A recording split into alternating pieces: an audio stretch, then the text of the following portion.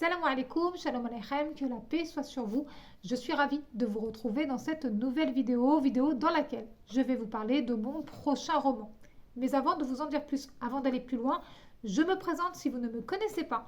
Je m'appelle Malika de Richvirin, je suis auteure de plusieurs ouvrages publiés en maison d'édition et en auto-édition et je suis aussi chef d'entreprise dans l'immobilier. En effet, j'ai créé la société Locatum 33 qui propose des logements éco-responsables haut de gamme. Voilà, maintenant que vous en savez un petit peu plus sur moi, parlons du sujet de cette vidéo, c'est-à-dire mon prochain roman. Je prends mes notes pour ne rien oublier. Il se peut que de temps à autre, je baisse la tête tout simplement pour relire mes notes. Et voici ce dont nous allons parler dans cette vidéo précisément. Nous allons parler du thème de mon roman, de l'intention littéraire. Je vais vous faire un court résumé de mon roman. Et ensuite, en fin de vidéo, nous parlerons de bêta lecture et de correction. Correction qui fait entièrement partie du métier d'écrivain. Bien, commençons par le thème sensible de ce roman-là, un thème que je n'ai jamais abordé jusqu'ici.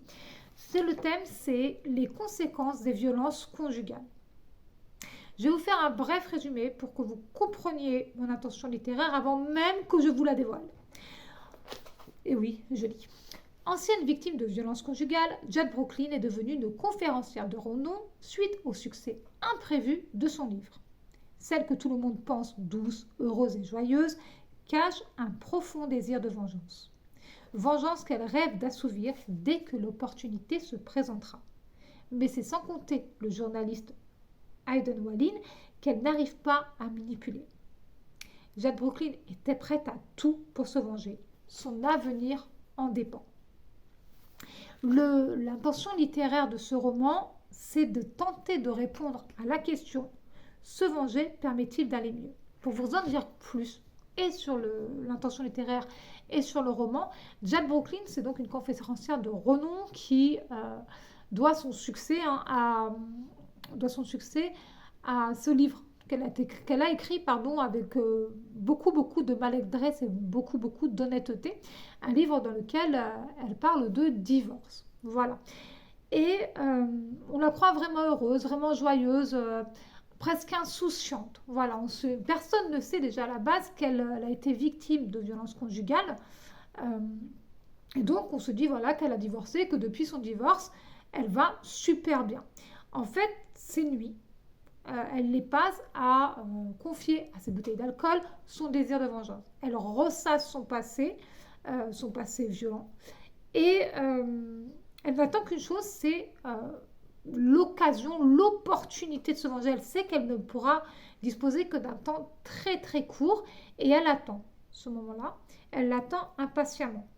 Quand elle rencontre Aidan Walin, le journaliste qu'elle demande elle-même au magazine Lifestyle, elle est persuadée de pouvoir le manipuler et elle se rend rapidement compte que ce n'est pas possible. Et le fait de ne pas pouvoir manipuler ce journaliste va les énerver tous les deux.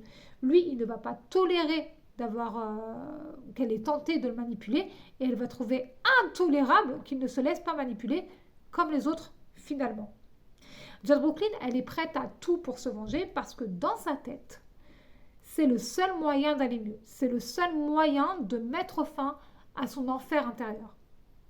Et l'intention littéraire, vraiment, c'est de poser la question. Peut-être pas d'y répondre de la meilleure façon possible, il s'agit d'une fiction, mais de se poser la question, est-ce que se venger permet d'aller mieux? Parce que très souvent, tant dans le monde réel que dans la fiction, on attend d'une ancienne victime de violence conjugale que soit elle reste une victime, comme ça on pourra vivre dans une forme de complaisance et qu'elle attirera l'attention, elle vivra comme ça éternellement son rôle de victime, soit qu'elle s'en sorte mais puissance 1000, qu'elle devienne une personne super positive, qu'elle fasse des œuvres de charité, qu'elle donne beaucoup d'elle-même, qu'elle soit dans la pleine réussite dans tous les domaines de sa vie.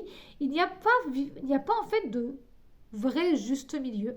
On fait comme si le désir de vengeance n'existait pas, qu'il était illégitime et pas naturel. Pourtant, c'est quelque chose que l'humain, homme ou femme, porte en lui, porte en elle. la vengeance fait partie, le désir de vengeance, pardon, fait partie de l'humanité, fait partie de l'être humain. Et cette Jade Brooklyn-là, elle est vraiment bancale psychologiquement. Elle porte un très, très, très gros masque social. Elle offre ses plus beaux sourires à chaque personne qu'elle rencontre. Elle aide les femmes, elle les soutient. Elle est très joyeuse, très heureuse. Elle se tient à l'abri des journalistes parce qu'elle a peur qu'on se moque d'elle, mais c'est tout ce qu'on sait d'elle. Tout ce qu'on voit de cette Jade Brooklyn-là, de cette femme-là, de cette ancienne victime, c'est vraiment limite strass et paillettes, la joie, les bonnes œuvres. Elle est très très impliquée dans les orphelinats, elle est très très impliquée dans les bonnes causes. Et personne ne connaît vraiment cette Jade Brooklyn, si ce n'est ses hommes de main, et pour une raison très particulière. Je ne vous en dis pas plus. Cette Jade Brooklyn-là, donc elle est persuadée qu'en se vengeant, elle ira mieux parce qu'elle ne supporte plus ce qu'elle traverse, elle ne supporte plus ça. Voilà, je ne vous en dis pas plus parce que je ne veux pas vous dévoiler l'entièreté de l'histoire de mon roman. Maintenant, parlons bêta lecture et correction. Je vais être honnête avec vous. Hop, je vous montre ceci. Hop, mon roman est terminé. Il est passé en bêta lecture professionnelle il y a quelques temps. Ce n'est pas un roman facile à écrire. Quand on est auteur, en fait, on vit un peu la vie des personnages et on s'implique beaucoup dans le cheminement des personnages. C'est quelque chose de normal, hein, c'est comme ça qu'on écrit. En tout cas, personnellement, c'est comme ça que moi, j'écris des livres et que c'est comme ça que je crée des personnages, entre guillemets, inoubliables. Voilà, donc ce n'est pas un sujet facile à traiter, d'autant plus que j'ai moi-même été victime de violences conjugales. Mais je pense que c'est nécessaire d'en parler, nécessaire de montrer qu'il existe d'autres aspects que victime ou femme qui réussit, qui s'en sort, qui mène une nouvelle vie, qui s'est relevée, etc. Je pense qu'il est important aussi de traiter le sujet de la vengeance sous cette lumière-là, sous cet aspect un peu psychologique. Voilà. Et là, je vous parle de ce roman parce que je suis en train de faire la énième correction. Je ne sais pas, ça fait combien de fois que je le corrige. Il paraît qu'on passe autant de temps à corriger un roman qu'à l'écrire. Moi, j'ai le sentiment de beaucoup corriger ce roman. Je veux qu'il soit le plus... Je veux que vous l'aimiez. Voilà, je veux que vous aimiez mon roman. Et donc, je fais le nécessaire. Pour vous dire ce que je fais actuellement, je ne revois pas la structure de l'histoire puisqu'elle est cohérente. Je suis en train de refaire mes fiches personnages parce que je veux que vous compreniez en fait la psychologie des personnages principaux, notamment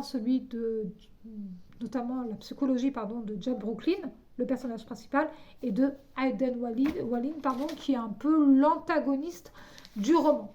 Voilà, je ne vous en dis pas plus. Dites-moi en commentaire si c'est un sujet qui vous intéresse, si vous avez déjà lu des ouvrages, des romans, de la fiction donc, qui traitent des violences conjugales et de leurs conséquences, et si mon roman, comme ça, sans connaître le nom, ni la totalité, l'entièreté de l'histoire, vous intéresse. Je vous dis à très bientôt. Je vous remercie d'avoir regardé cette vidéo jusqu'au bout. Je vous remercie pour votre soutien. Pensez à vous abonner, pensez à liker, à mettre des étoiles. Et puis, on se dit pas du tout. Je ne sais pas pourquoi j'allais vous dire la semaine prochaine, mais à très bientôt. En attendant, prenez grand soin de vous, prenez grand soin des vôtres, prenez grand soin de vos finances. Et puis, pensez à écrire parce que ça fait beaucoup de bien. D'ailleurs, avant de vous quitter, si vous voulez mettre en place votre routine d'écriture, une routine d'écriture qui vous fasse devenir une écrivaine tout-terrain, comme j'aime le dire, c'est-à-dire une personne qui peut écrire où elle veut, quand elle veut, et aussi longtemps qu'elle le souhaite, eh bien, sachez que j'ai écrit un livre disponible sur Amazon. Oui, c'est de l'auto-édition. Ce livre s'appelle « Ma routine d'écriture ». Je vous mets évidemment le lien en dessous de cette vidéo. À très très bientôt. Bye bye.